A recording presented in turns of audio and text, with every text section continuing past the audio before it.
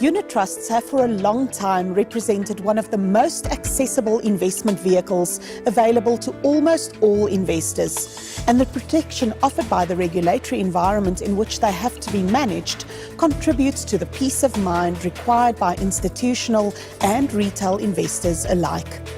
This regulatory environment is created by the legal framework called the Collective Investment Schemes Control Act and is monitored and enforced by the Financial Services Board.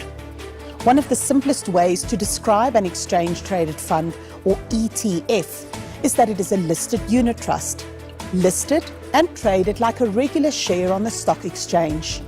Therefore, not only does it have exactly the same regulatory requirements and protection as a unit trust, it has the additional advantage that it is regulated and monitored by the JSE.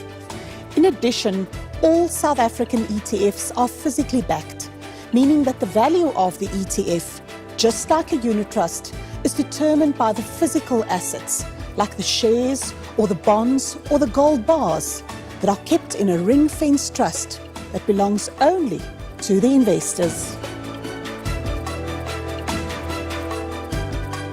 An exchange-traded note, or ETN on the other hand, represents a very different type of investment, despite the name sounding so similar to that of an ETF. The only thing they have in common is that they are both listed on the JSE, but an ETN carries the credit risk of the issuing bank and is not necessarily backed by physical assets.